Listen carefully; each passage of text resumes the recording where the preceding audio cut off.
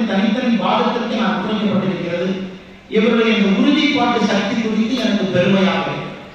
இது நம்முடைய பாரத பிரதமர் நரேந்திர மோடி அவர்கள் அம்மா சிவசங்கரி அவர்களை பற்றி அக்டோபர் மாசத்துல மனதில் குரல் நிகழ்ச்சியில் அம்மாவை பற்றி பேசினார்.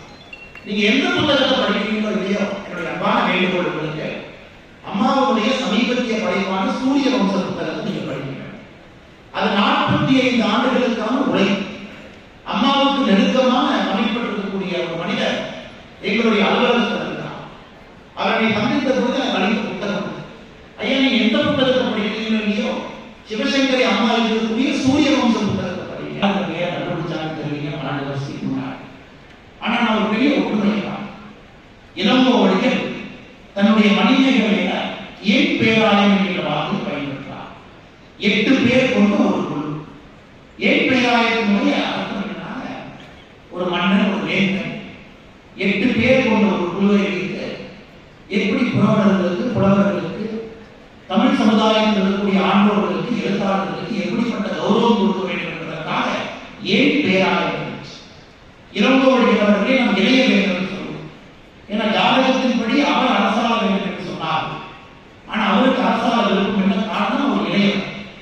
அவருடைய மூத்தவர் சேர செங்கூட்டவன் அரசாள வேண்டும் என்பது அவருடைய விருப்பம். என்னுடைய பேச்சை நான் முடித்துக் கொள்கிறேன்.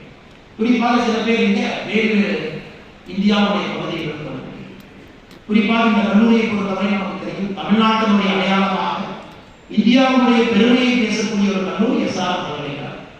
கிட்டத்தட்ட 50% மாணவர்கள் தமிழ்நாட்டுக்கு வெளியே இருந்து வந்து படிக்கிறார். 1 லட்சம் பேர் இந்தியா முழுவதும் எஸ்ஆர் படிக்கிறார். ஆனால் இந்த பகுதியை மட்டும் உங்களிடம் ஆங்கிலத்தில் நான் பேசுறேன்.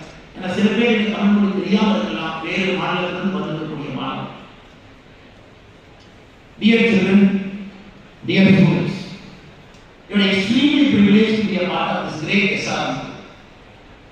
In 2023, when we look back at this great institution, we should never forget this institution was created for a single purpose: to make our Bharat, to make our country the leading country in the field of science and technology.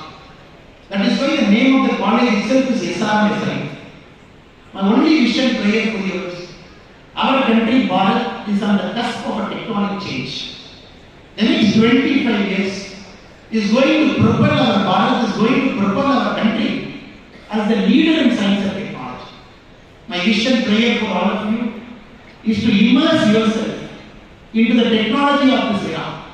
Start companies, technology companies. Work for companies that are leaders in technology. Make our country 20 years from now the world's superpower in technology, so that we realize our Prime Minister Narendra Modi's vision of making this country in 2047 of 4 world leading economies.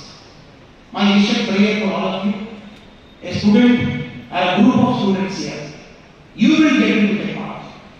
Right now, we are in the area of digitization and Internet of Things and Internet. They are the leading technology. 10 years from now, we all know it is going to be artificial intelligence and bioengineering. I was given to understand SRM Group is also a leader in artificial intelligence. SRM Group is also a leader in bioengineering. 10 years from now, the future of India is going to be decided by students like you who get into technology today, so that 10-15 years from now, you determine where India is going. செய்திகளை உடனுக்குடன் தெரிந்து கொள்ள உடனே subscribe பண்ணுங்க.